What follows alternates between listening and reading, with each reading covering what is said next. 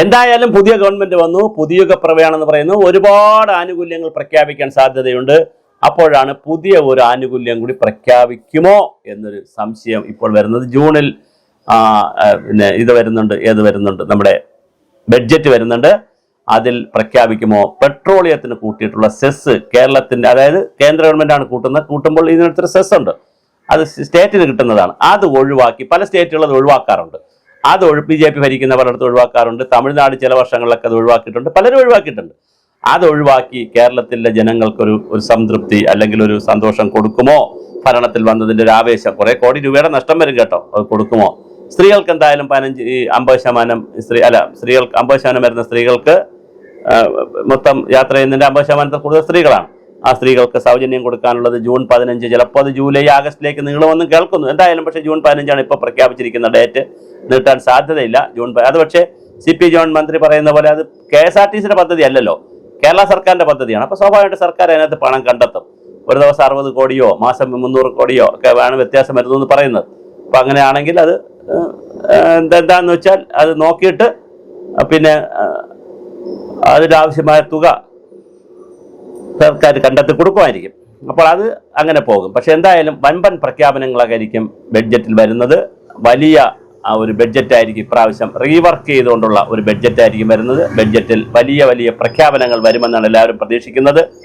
കാരണം കേരളത്തിൻ്റെ ഒരു പുതിയ പിറവിയാണെന്നാണല്ലോ VD സതീശൻ പറഞ്ഞിരിക്കുന്നത്. അപ്പോൾ അതിൻ്റെ ആദ്യത്തെ ബഡ്ജറ്റ് ജൂണിൽ വരുന്നു. ബഡ്ജറ്റിൽ വരുന്നതിൽ വലിയ ധനാഗമ മാർഗങ്ങളെക്കുറിച്ച് കാണും, ചെലവുകളെക്കുറിച്ച് കാണും, പുതിയ പുതിയ പ്രോജക്റ്റുകളെക്കുറിച്ച് കാണും, വലിയ പദ്ധതികൾ പറയും. ഇപ്പോൾ തന്നെ പിന്നെ സീനിയർ സിറ്റിസൺസിന് വേണ്ടി ഒരു വകുപ്പ് തുടങ്ങിയിട്ടുണ്ട്.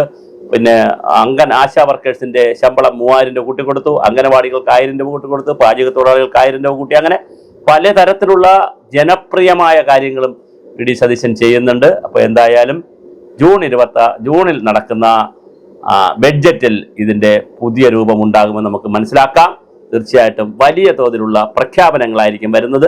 അതിൽ പെട്രോളിയത്തിൻ്റെയും ഡീസലിൻ്റെയും സെസ് വേണ്ട, കേരള സർക്കാരിന് കിട്ടുന്ന പണം വേണ്ട എന്ന് പറയുമോ, അത് കുറയ്ക്കുമോ?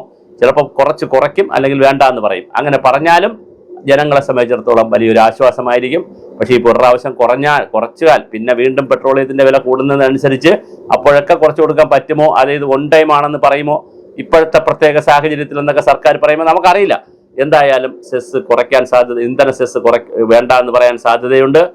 അതുപോലെ ജനങ്ങൾക്ക് അപ്പോൾ ഒരു വലിയ ആശ്വാസമാകും. മറ്റൊരുപാട് ആനുകൂല്യങ്ങൾ, പിന്നെ 1000 രൂപ കൊടുക്കുന്ന പദ്ധതി, കുറേ പദ്ധതികളുണ്ട്. ഇന്ദിരാ ഗ്യാരണ്ടി എന്ന് പറഞ്ഞ് കുറേ പദ്ധതികളുണ്ട്. ഇന്ദിരാ ക്യാൻറ്റീനുകൾ ചിലപ്പോൾ എറണാകുളം നഗരസഭ നടത്തിയ മോഡലിൽ കേരളത്തിലാകെ ഇന്ദിരാ ക്യാൻറ്റീനുകൾ വരാൻ സാധ്യതയുണ്ട്.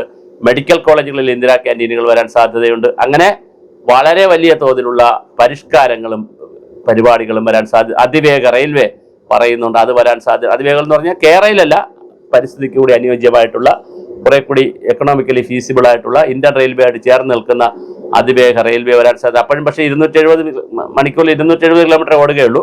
മറ്റവരുന്നാണെങ്കിൽ 160 കിലോമീറ്ററാണ് അവർ ക്ലെയിം ചെയ്തിരുന്നത്. അപ്പോൾ ആ വ്യത്യാസമൊക്കെ ഉണ്ട്. പക്ഷേ എന്നാൽ പോലും 2 മണിക്കൂർ കൊണ്ട് നമുക്ക് 2 മണിക്കൂർ 3 മണിക്കൂർ കൊണ്ട് കാസർഗോഡ് എത്താമല്ലോ. പിന്നെ 540 കിലോമീറ്റർ എത്താൻ 270 ആണെങ്കിൽ തീർച്ചയായിട്ടും 2 മണിക്കൂർ കൊണ്ട് എത്താൻ പറ്റും. അപ്പോൾ ആ തരത്തിലുള്ള കോറിഡോറുകളും വലിയ വലിയ പദ്ധതികളും പിന്നെ ചെറുകിട പദ്ധതികളും, ജനങ്ങൾക്ക് ആവശ്യമായ മെഡിക്കൽ കോളേജിൽ വലുതാക്കുമെന്ന് പറയുന്നു, പുതിയ മെഡിക്കൽ കോളേജ് വരുമെന്ന് പറയുന്നു. അങ്ങനെ വലിയ തിരുവനന്തപുരത്ത് തന്നെ ഒരു മെഡിക്കൽ കോളേജ് കൂടി നേരത്തെ UDF അനുവദിച്ചതാണ്, അതിന് വരുമെന്ന് കേൾക്കുന്നു. അങ്ങനെ വലിയ തോതിലുള്ള വളരെ വ്യത്യസ്തമായിട്ടുള്ള പരിപാടികളാണ് നടക്കാൻ സാധ്യതയുള്ളത്. തീർച്ചയായിട്ടും ഈ ബഡ്ജറ്റിൽ നമുക്ക് മനോജ്ഞമായ വാഗ്ദാനങ്ങൾ അടങ്ങുന്ന സുന്ദരമായ ഒരു ബഡ്ജറ്റായിരിക്കും. ഒരു സന്തോഷ കേരളത്തിന് വേണ്ടിയിട്ടുള്ള, ഒരു ആനന്ദ കേരളത്തിന് വേണ്ടിയിട്ടുള്ള ഒരു ബഡ്ജറ്റായിരിക്കും ഇപ്രാവശ്യം വരുന്നതെന്നാണ് നമ്മൾ മനസ്സിലാക്കുന്നത്. പെട്രോൾ സെസ് കുറയ്ക്കാനുള്ള എല്ലാ സാധ്യതയും കാണുന്നുണ്ട്.